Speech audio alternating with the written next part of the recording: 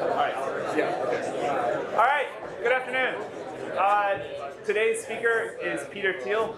Peter was the founder of PayPal and Palantir and Founders Fund and has invested in most of the tech companies in Silicon Valley. And he's going to talk about strategy and competition. Thank you for coming, Peter. Awesome. Thanks. Sam, thanks for inviting me. Thanks for having me. I sort of have a single idée fixe that I'm completely obsessed with on the business side, which is that if you're starting a company, if you're the founder, entrepreneur starting a company, you always want to aim for monopoly, and you want to always avoid competition. And so, hence, competition is for losers. Something we'll be talking about today. I'd like to start by saying something about the basic idea of when you start one of these companies, how you go about creating value. And there's this question: what makes a business valuable? And I want to suggest that there's basically a very simple formula that you have a valuable company if two things are true. Number one, that it creates X dollars of value for the world, and number two, that you capture Y% of X. And the critical thing that I think people always miss in this sort of analysis is that X and Y are completely independent variables. And so X can be very big, Y can be very small, X can be of intermediate size, and if Y is reasonably big, you can still get a very big business. So to create a valuable company, you have to basically both create something of value and capture some fraction of the value of what you've created.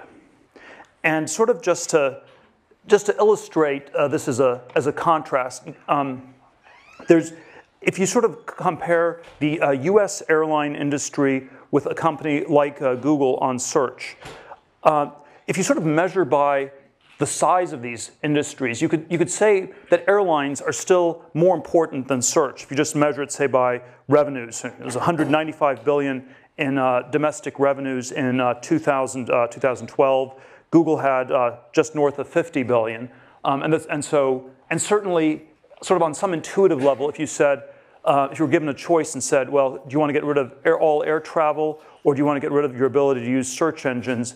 The intuition would be that air travel is something that's more important than search. And this is, of course, just the domestic numbers. If you looked at this globally, airlines are much, much bigger than search or than Google is. But the profit margins are quite a bit less. They were marginally profitable in 2012. I think the entire 100-year history of the airline industry, the cumulative profits in the US have been approximately zero. Companies make money, they episodically go bankrupt, they get recapitalized, and you sort of cycle and repeat. And this is reflected in the combined market capitalization of the airline industries, maybe something of the US airline industry, something like a quarter that of Google. So you have a search engine much smaller than air travel, but much more valuable. And I think this reflects these very different valuations on X and Y. So, if we look at perfect competition, there's some pros and cons to the world of perfect competition. On a high level, it's always, this is what you study in Econ 1. It's easy to model, which I think is why econ professors like talking about perfect competition. It somehow is efficient, especially in a world where things are static, because you have all the consumer surplus gets captured by everybody. And politically, it's what we're told is good in our society, that you want to have competition, and this is somehow a good thing. Of course, there are a lot of negatives. It's generally not that good if you're involved in anything that's hyper competitive, because you often don't make money. I'll come back to this a little bit later. So I think at one end of the spectrum, you have industries that are perfectly competitive, and at the other end of the spectrum, you have things that I would say are monopolies, and they're much stable, longer-term businesses. You have more capital, and if you get a creative monopoly for inventing something new, I think it's symptomatic of having created something really valuable. And so I do think this, the extreme binary view of the world I always articulate is that there are exactly two kinds of businesses in this world. There are businesses that are perfectly competitive, and there are businesses that are monopolies. And there's shockingly little that is in between. And this dichotomy is not understood very well because people are constantly lying about the nature of the businesses they're in. And this is why this is, in my mind, this is the most important, it's not necessarily the most important thing in business, but I think it's the most important business idea that people don't understand, that there are just these two kinds of businesses. And so let me say a little bit about the lies that people tell. And so you basically, if you sort of imagine that there was a spectrum of companies from perfect competition to monopoly, the apparent differences are quite small because the people who have monopolies pretend not to. They will basically say, and it's because you don't want to get regulated by the government, you don't want the government to come after you, so you will never say that you have monopoly. So anyone who has a monopoly will pretend that they're in incredible competition. And on the other end of the spectrum, if you are incredibly competitive, and if you're in some sort of business where you will never make any money, you will be tempted to tell a lie that goes in the other direction, where you will say that you're doing something unique that is somehow less competitive than it looks, because you will want to differentiate, you want to try to attract capital or something like that. So if the monopolists pretend not to have monopolies, the non-monopolists pretend to have monopolies, the apparent difference is very small, whereas the real difference, I would submit, is actually quite big. And so there's this distortion that happens because of the lies people tell about their businesses, and the lies are sort of in these opposite directions. Let me drill a little bit down further on the way these lies work. And so, the basic lie you tell as a non-monopoly is that we're in a very small market. The basic lie you tell as a monopoly is that the market you're in is much bigger than it looks. And so typically, if you want to think of this in sort of set theoretic terms, you could say that a monopoly tells a lie where you describe your business as the union of these vastly different markets, and the non-monopolist describes it as the intersection. So that, in effect, if you're a non-monopolist, you will rhetorically describe your market as super small. You're the only person in that market. If you have a monopoly, you will describe it as super big, and there's lots of competition in it. So some examples of how this works in practice. So I always use restaurants as the example of a terrible business. And this is always, sort of my idea is that, capitalism and competition are antonyms.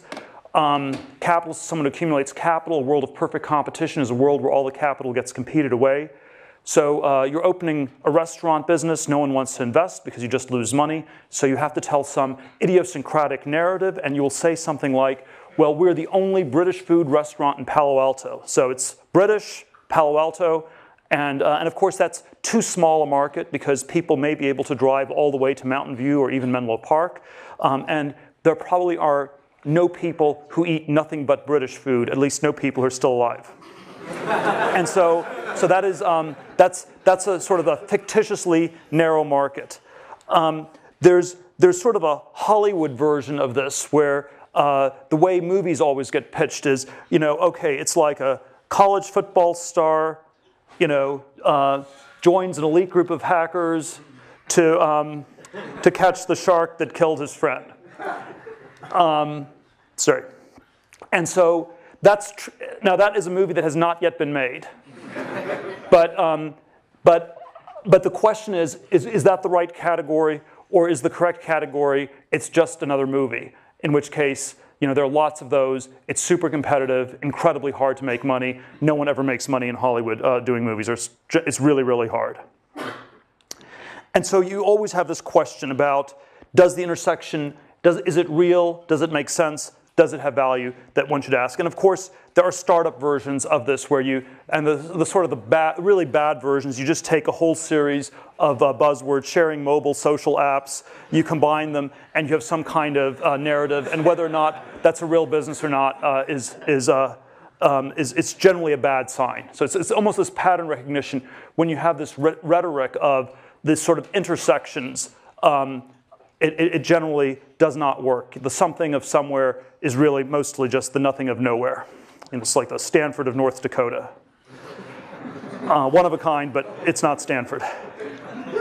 So let's look at the opposite. The opposite lie is if you are, let's say, the search company that's down the street from here and has about a happy 66% market share, and is completely dominant in the search market. Google has not almost never describes itself as a search engine these days, and instead it describes itself in all these different ways. So it sometimes says it's an advertising company. So if it was search, you'd say, wow, it has this huge market share. That's really, really crazy. It's like an incredible monopoly. It's much bigger than, a much more robust monopoly than Microsoft ever had in the 90s. Maybe that's why it's making so much money. But if you say it's an advertising market, you could say, well, there's search advertising is 17 billion, and that's part of online advertising, which is much bigger, and then all US advertising is bigger. And then by the time you get to global advertising, that's close to 500 billion. And so you're talking about 3.5%. So a tiny part of this much larger market. Or if you don't want to be an advertising company, you can always say that you're a technology company. And so, sorry, let me just see. And the technology market is something like a $1 trillion market. And the narrative that you tell as Google in the technology market is, well, we're competing with all the car companies with our self-driving cars. We're competing with Apple on TVs and iPhones. We're competing with Facebook. We're competing with Microsoft on Office products. We're competing with Amazon on cloud services. And so we are in this giant technology market where there's competition in every direction you look. And no, we're not the monopoly the government's looking for, and we should not get regulated in any way whatsoever. And so I think one has to always be super aware that there are these very powerful incentives to distort the nature of these markets one way or the other.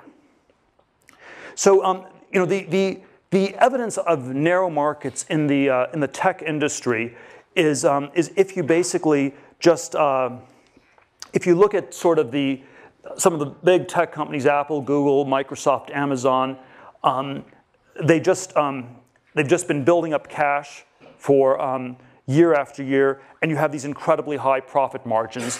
And I would say that one of the reasons the tech industry in the U.S. has been so successful financially is because it's prone to creating all these monopoly-like businesses, and and it's reflected by the fact that these companies just accumulate so much cash they don't even know what to do with it beyond a certain point.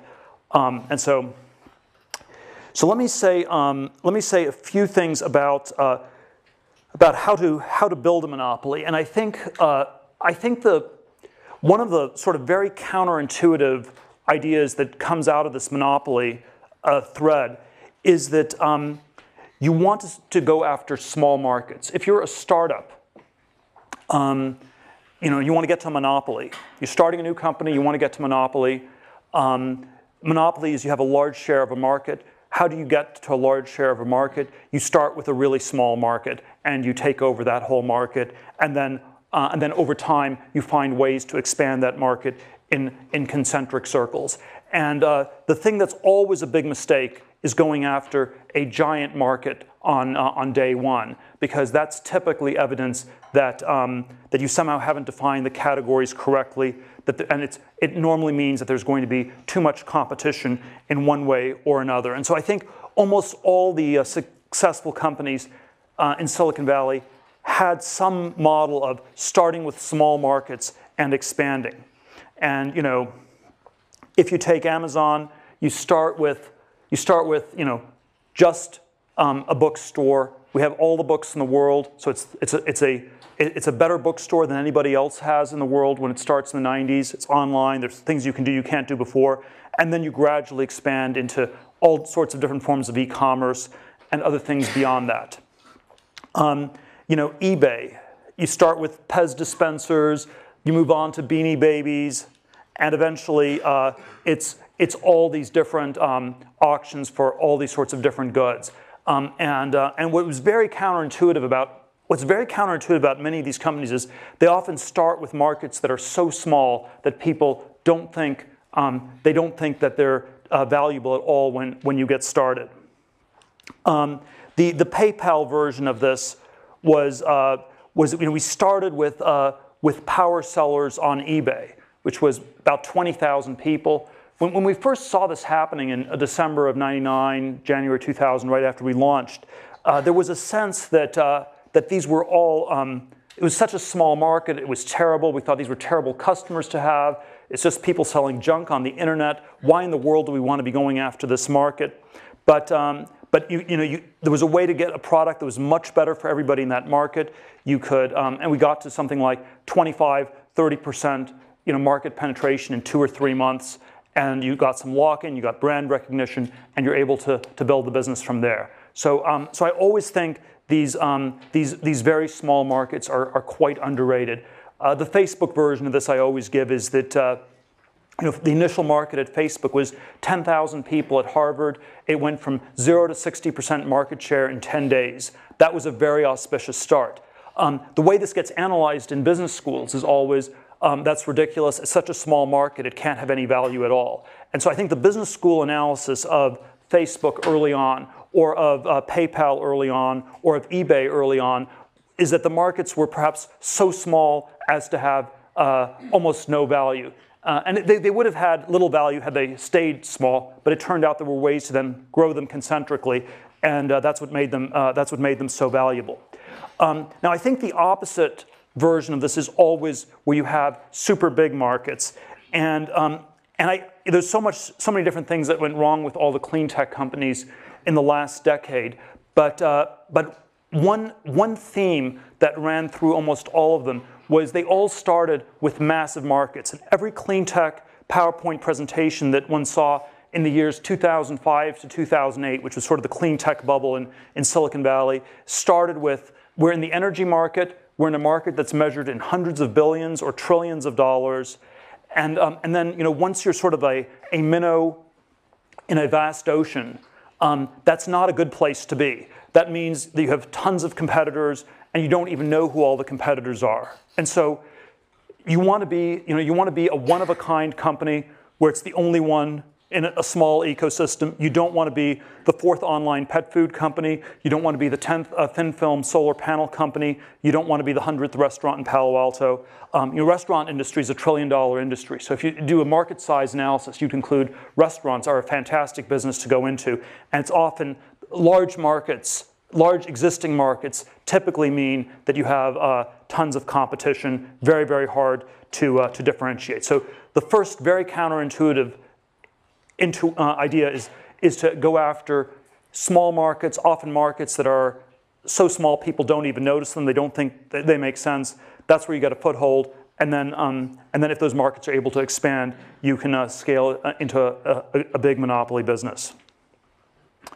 A second there's sort of several different characteristics of these monopoly businesses that I like to focus on, and there's probably no sort of single formula to it. And I always think that that in technology, there's always a sense that the history of technology is such that every moment happens only once. And so the next Mark Zuckerberg won't build a social network. The next Larry Page won't be building a search engine. The next Bill Gates won't be building an operating system. And if you're copying these people, you're not learning from them. But there is always these very unique businesses that are doing something that's not been done before end up having the potential to be a monopoly. If you're, the opening line in Anna Karenina is that all happy families are alike. All unhappy families are unhappy in their own special way. And the opposite is true in business, where I think all happy companies are different because they're doing something very unique. All unhappy companies are alike because they fail to escape the essential sameness that is competition. And so one sort of characteristic of a monopoly technology company is some sort of proprietary technology. My sort of crazy, somewhat arbitrary rule of thumb is you want to have a technology that's an order of magnitude better than the next best thing. So Amazon had over 10 times as many books. I mean, it's maybe not that high tech, but you figure out a way to sell 10 times as many books in an efficient online way. You know, PayPal, the alternative for PayPal was using checks to send money on eBay. It took 7 to 10 days to clear. PayPal could do it more than 10 times as fast. So you want to have some sort of very powerful improvement in some in some order, maybe an order of magnitude improvement on some key dimension. Of course, you know, if you actually come with something totally new, it's just like an infinite improvement. So I would say the iPhone was the first smartphone that worked, and so that's, you know, that's like maybe not infinite, but it's sort of definitely an order of magnitude or more of an improvement. So I think the technology is designed to give you a massive delta over the next best thing. I think there often are network effects that can kick in that really help. The thing that's very, and these lead to monopolies over time, the thing that's very tricky about network effects is they're often very hard to get started. And so, so even though everyone understands how valuable they are, there's always this incredibly tricky question: why is it valuable to the first person who's doing something? Economies of scale. If you have something with very high fixed costs, very low marginal costs, that's typically a monopoly-like business. And then there's this thing of branding, which is sort of like just this idea that gets lodged in people's brains. I never quite understand how branding works, so I never invest in companies where it's just about branding. But it is, I think, a real phenomenon that creates real value. I think one of the things, I'm going to come back to this a little bit towards the end, but one of the things that's very striking is that software businesses are often, are for some reason, very good at some of these things. They're especially good at the economies of scale part, because the marginal cost of software is zero. And so if you get something that works in software, it's often significantly better than the existing solution. And then you have these tremendous economies of scale, and you can scale fairly quickly. So even if the market starts small, you can grow your business quickly enough to stay at the same size as the growing market and maintain the sort of monopoly power. Now, the critical thing about these monopolies is it's not enough to have a monopoly for just a moment. The critical thing is to have one that lasts over time. And so, you know, in Silicon Valley, there's always this sort of idea that you want to be the first mover. And I always think it's in some ways, the better framing is you want to be the last mover. You want to be the last company in a category. Those are the ones that are really valuable. Microsoft was the last operating system, at least for many decades. Google is the last search engine. Facebook will be valuable if it turns out to be the last social networking site. And one way to think of this last mover value is this idea that most of the value in these companies exists far in the future. If you do sort of a discounted cash flow analysis of a business, you have sort of all these profit streams, you have a growth rate, the growth rate's much higher than the discount rate, and so most of the value exists far in the future. I did this exercise at PayPal in March of 2001. We had been in business for about 27 months, and we sort of had, you know, the growth rate was 100% a year. We were discounting future cash flows by about 30%, and it turned out that about 3/4 of the value of the business as of 2001 came from cash flows in years 2011 and beyond. And whenever you do the math on any of these tech companies, you get to an answer that's something like that. So if you are trying to analyze any of the tech companies in Silicon Valley, Airbnb, Twitter, Facebook, any emerging internet companies, all the ones in Y Combinator, the math tells you that 3/4, 85% of the value is coming from cash flows in years 2024 and beyond. It's very, very far in the future. And so one of the things that we always overvalue in Silicon Valley is growth rates, and we undervalue durability. Because growth is something you can measure in the here and now, and you can always track that very precisely. The question of whether a company is still going to be around a decade from now, that's actually what dominates the value equation, and that sort of is a much more qualitative sort of a thing. And so if we went back to this idea of these characteristics of monopoly, proprietary technology, network effects, economies of scale, you can think of these characteristics as ones that exist at a moment in time where you capture a market and take it over. But you also want to think about, are these things going to last over time? And so there's a time dimension to all these characteristics. So network effects often have a great time element where as the network scales, the network effects actually get more robust. And so if you have a network effect business, that's often one that can become a bigger and stronger monopoly over time. Proprietary technology is always a little bit of a tricky one. So you want something that's an order of magnitude better than the state of the art in the world today. And that's how you get people's attention. That's how you initially break through. But then you don't want to be superseded by somebody else. And so there are all these areas of innovation where there was tremendous innovation, but no one made any money. So disk drive manufacturing in the 1980s, you could build a better disk drive than anybody else. You could take over the whole world, and 2 years later, someone else would come along and replace yours. And in the course of 15 years, you got vastly improved disk drives, so it had great benefit to consumers, but it didn't actually help the people who started these companies. And so there's always this question about having a huge breakthrough in technology, but then also being able to explain why yours will be the last breakthrough, or at least the last breakthrough for a long time, or where you make a breakthrough and then you can keep improving on it at a quick enough pace that no one can ever catch up. So if you have a structure of the future where there's a lot of innovation and other people will come up with new things in the thing you're working on, that's great for society. It's actually not that good for your business typically.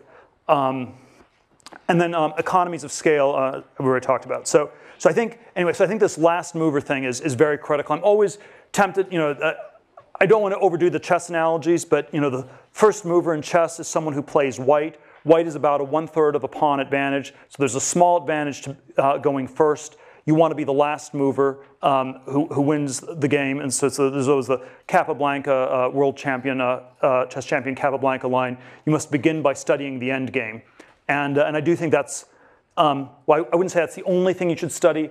I think this sort of perspective of asking these questions, why will this still be the leading company 10, 15, 20 years from now, is a really critical one to try to think through. Let me sort of, I want to sort of go in two slightly other directions with this monopoly versus competition idea. And I think, I think this is the central idea in my mind for business, for starting business, for thinking about them. And there are some very interesting perspectives I think it gives on the whole, on the whole history of innovation in technology and science, because we've lived through 250, 300 years of incredible technological progress in many different domains, steam engine to railways to telephones, refrigeration, household appliances, the computer revolution, aviation, all sorts of different areas of technological innovation. And then there's sort of analogous thing that one can say about science, where we've lived through centuries of enormous amounts of innovation in science as well. And the thing that I think people always miss when they think about these things is that because X and Y are independent variables, some of these things can be extremely valuable innovations, but the people who invent them, who come up with them, do not get rewarded for this. And certainly, if you go back to you need to create X dollars in value, you capture Y% of X. I would suggest that the history of science has generally been one where Y is 0% across the board. The scientists never make any money. They're always deluded into thinking that they live in a just universe that will reward them for their work and for their inventions. And this is probably the fundamental delusion that scientists tend to suffer from in our society. And even in technology, there are sort of many different areas of technology where there were great innovations that created tremendous value for society, but people did not actually capture that much of the value. And so I think there is this sort of whole history of science and technology that can be told from the perspective of how much value was actually captured.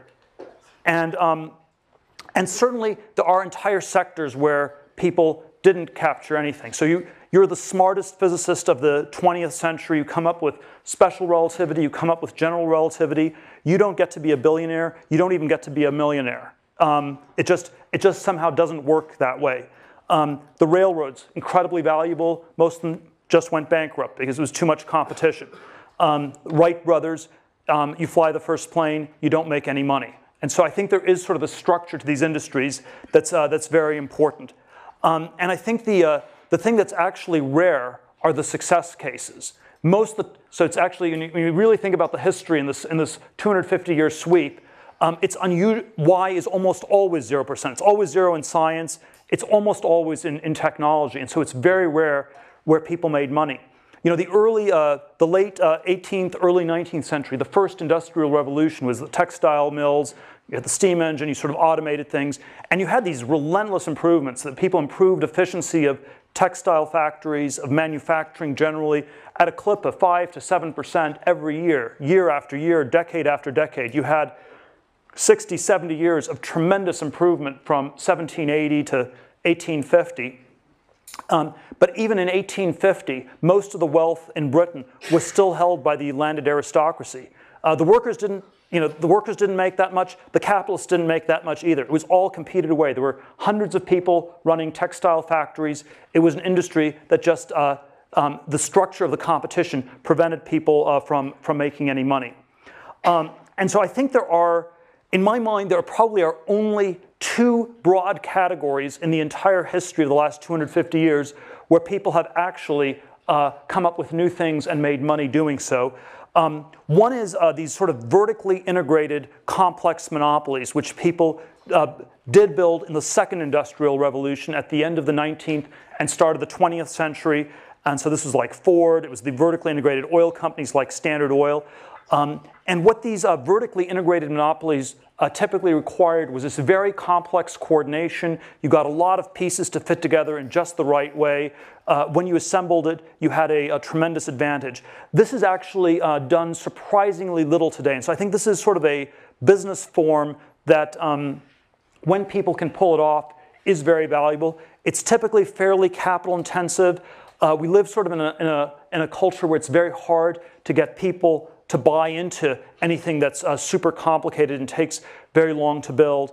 But when I sort of think about my colleague Elon Musk from PayPal's success with Tesla and SpaceX, I think the key to these companies was the complex, vertically integrated monopoly structure they had. So if you sort of look at Tesla or SpaceX, if you ask, was there sort of a single breakthrough? I mean, they certainly innovated on a lot of dimensions. I don't think there was a single 10x breakthrough in battery storage or, maybe working on some things on rocketry, but there was no sort of single massive breakthrough. But what was really impressive was integrating all these pieces together and doing it in a way that was more vertically integrated than most of their competitors. So Tesla, you also integrated the car distributors so they wouldn't steal all the money, as has happened with the rest of the car industry in the US.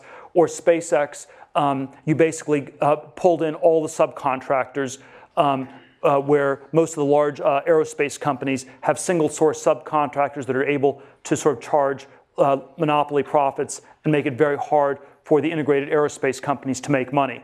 And so vertical integration, I think, is sort of a very underexplored modality of technological progress that people would do well to look at more. And then I think there is something about software itself that's very, very powerful. Software has these incredible economies of scale, these low marginal costs, and there is something about the world of bits as opposed to the world of atoms where you can often get very fast adoption. And the fast adoption is critical to capturing and taking over markets, because Even if you have a small market, if the adoption rate is too slow, there'll be enough time for other people to enter that market and compete with you. Whereas if you have a small to mid-sized market and have a fast adoption rate, you can take over this market. And so I think this is one of the reasons Silicon Valley has done so well and why software has been this phenomenal industry. And what I would suggest, what I want to leave you with is there are sort of these different rationalizations people give for why certain things work and why certain things don't work. And I think these rationalizations always obscure this question of creating X dollars in value and capturing Y% of X. So the science rationalization we're always told is that the scientists aren't interested in making money. They're doing it for charitable reasons, and that you're not a good scientist if you're motivated by money. And I'm not even saying people should always be motivated by money or something like this, but I think we should be a little bit more critical of this as a rationalization. We should ask, is this a rationalization to obscure the fact that Y equals 0% and the scientists are operating in this sort of world where all the innovation is effectively competed away and they can't capture any of it directly. And then the software distortion that often happens is because people are making such vast fortunes in software, we infer that this is the most valuable thing in the world being done, full stop. And so if people at Twitter make billions of dollars, it must be that Twitter is worth far more than anything Einstein did.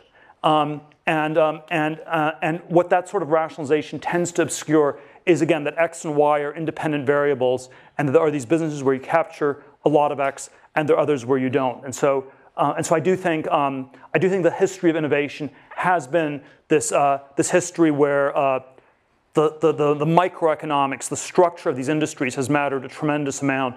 And when and there is sort of this story where some people have made vast fortunes because they were in industries with the right structure, and other people made nothing at all because they were in these sort of very competitive things, and we shouldn't just rationalize that away. I think it's worth understanding this better.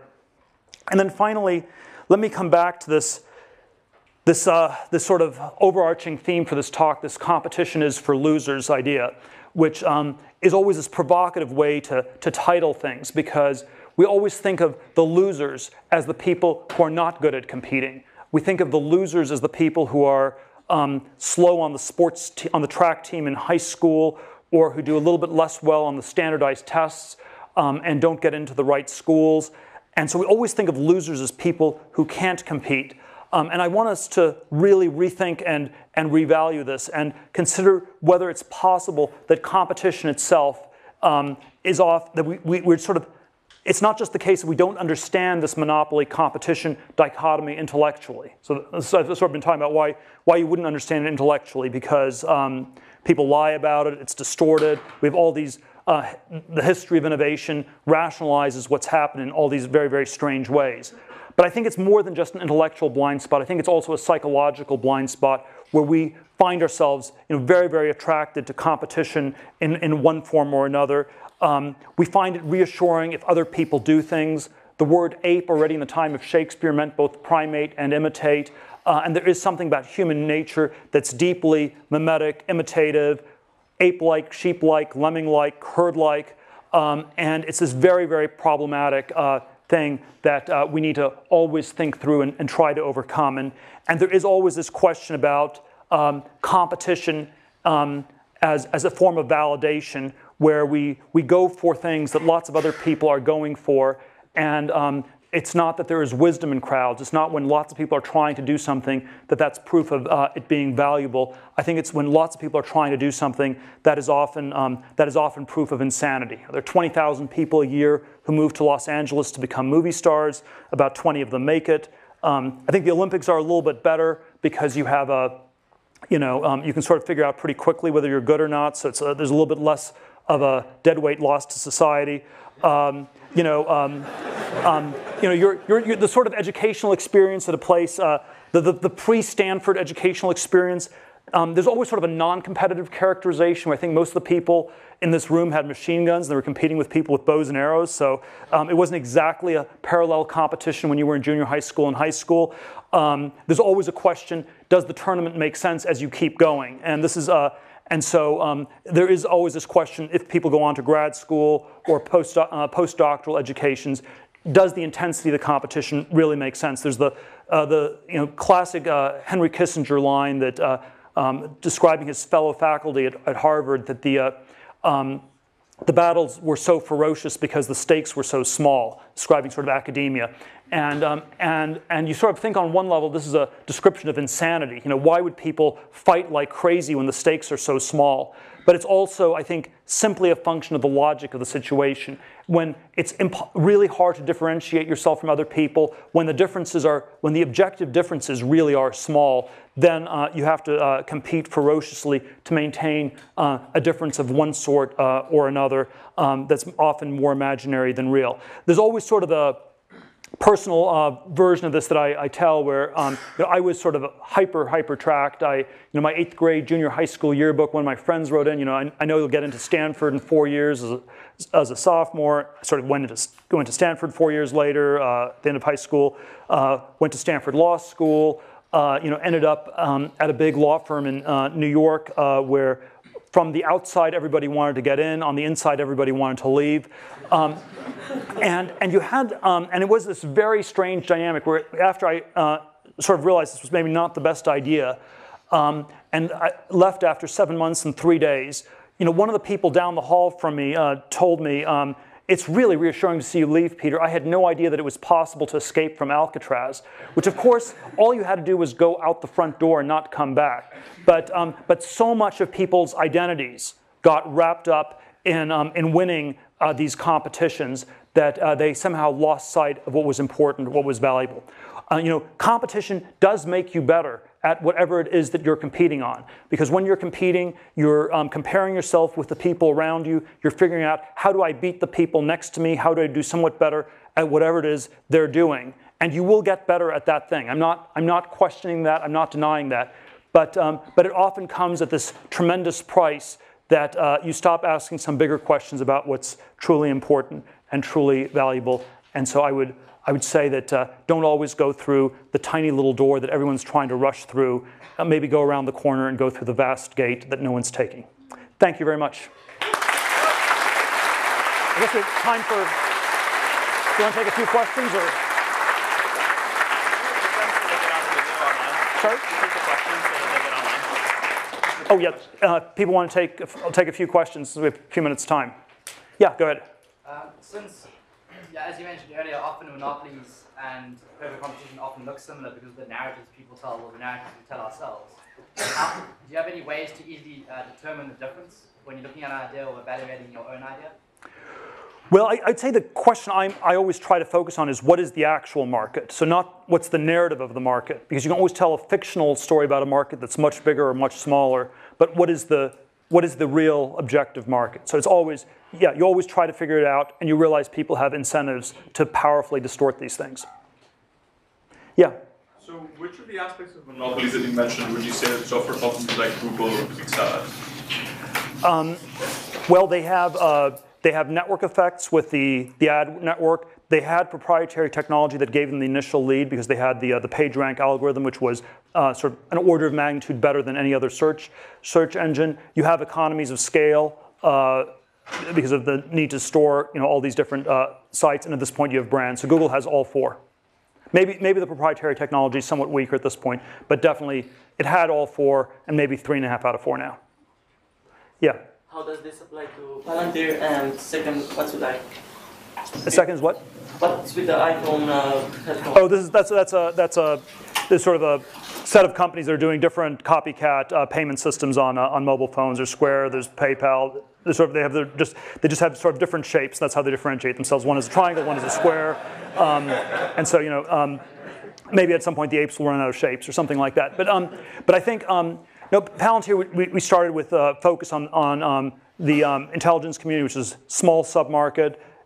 You had a proprietary technology that used a very, very different approach, where it was focused on the human computer synthesis rather than the substitution, which I think is the dominant paradigm. So there's a whole set of things I would say on the market approach and the proprietary technology. Yes. We have design thinking methodology and lean startup thinking, which is used to mitigate risk by not creating things that people don't want. But how do young innovators have inspiration to create complex systems that last through time? Can you repeat the question? Yeah, so the question is, what I think about lean startups, iterative thinking where you get feedback from people versus complexity that may not work. So I am personally quite skeptical of all the lean startup methodology. I think the really great companies did something that was sort of somewhat more of a quantum improvement that really differentiated them from everybody else. They typically did not do massive, customer surveys. The people who ran these companies, sometimes not always, suffered from mild forms of Asperger's, so they were not actually that influenced, not that easily deterred by what other people thought or told them to do. So I do think we're way too focused on iteration as a modality and not enough on trying to have a virtual ESP link with the public and figuring it out ourselves. I would say that, let me see, I would say that I'm not quite, the risk question I think is always a very tricky one because there are, it's often the case that you don't have enough time to really mitigate risk. If you're going to take enough time to figure out what people want, you often will have missed the boat by then. And then, of course, there's always the risk of doing something that's not that significant or meaningful. So, you could say a track in law school is a low-risk track from one perspective. It may still be a very high-risk track in the sense that maybe you have a high risk of not doing something meaningful with your life. So we have to think about risk in these very complicated ways. I think risk is sort of this very complicated concept. Yes? So you talked about the last mover advantage, but then doesn't that imply that there's already competition to begin with on the chess piece, on the chessboard? Yeah, so there's always this terminology thing. So I would say that there are categories in which people sort of are bundled together. I would say the monopoly businesses were, in effect, they really were a big first mover in some sense. You could say Google was not the first search engine. There were other search engines before, but on one dimension, they were dramatically better than everybody else. So they were the first one with PageRank, with sort of an automated approach. Facebook was not the first social networking site. My friend Reid Hoffman started one in 1997. They called it SocialNet, so they already had the name social networking in the name of their company 7 years before Facebook. Their idea was that it was going to be this virtual cyberspace where I'd be a dog and you'd be a cat, and we'd have all these different rules about how we'd interact with each other in this virtual alternate reality. Facebook was the first one to get real identity.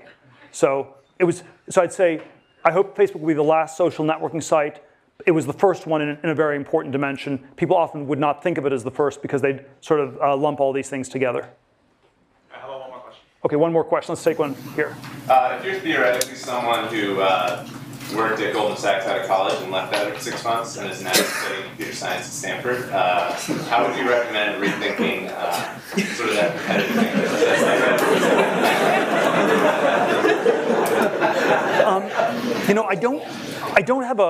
I don't have a great. I'm not great at the psychotherapy stuff, so I don't quite know how to solve this. There are these there are these very odd studies they've done on people who go to business school. There's one they've done at Harvard Business School where it's sort of the anti-Asperger personality, where you have people who are super extroverted, generally have low convictions, few ideas, and you have sort of a hothouse environment. You put all these people in for 2 years. And at the end of it, they systematically end up, the largest cohort systematically ends up doing the wrong thing. They try to catch the last wave. In 1989, everyone at Harvard tried to work for Mike Milken. It was 1 or 2 years before he went to jail for all the junk bond stuff. They were never interested in Silicon Valley or tech except for 99, 2000 when they timed the dot-com bubble peaking perfectly. They did, and then 05 to 07 was housing, private equity, stuff like this. So I do think this tendency for us to see competition as validation is very deep. I don't think there's any sort of easy psychological formula to avoid it. So I don't quite know how to what sort of therapy to recommend. But my first starting point, which is only like it's maybe 10% of the way, is to never underestimate how big a problem it is. We always think this is something that afflicts other people. So it's easy for me to point to people in business schools or people at Harvard or people on Wall Street. I think it actually does afflict all of us to a very profound degree. We always think of advertising as things that work on other people. Who are all these stupid people who fall for all those ads on TV? They obviously work to some extent, and they work to a disturbing extent on all of us, and it's something we all should work to overcome. Thank you very much.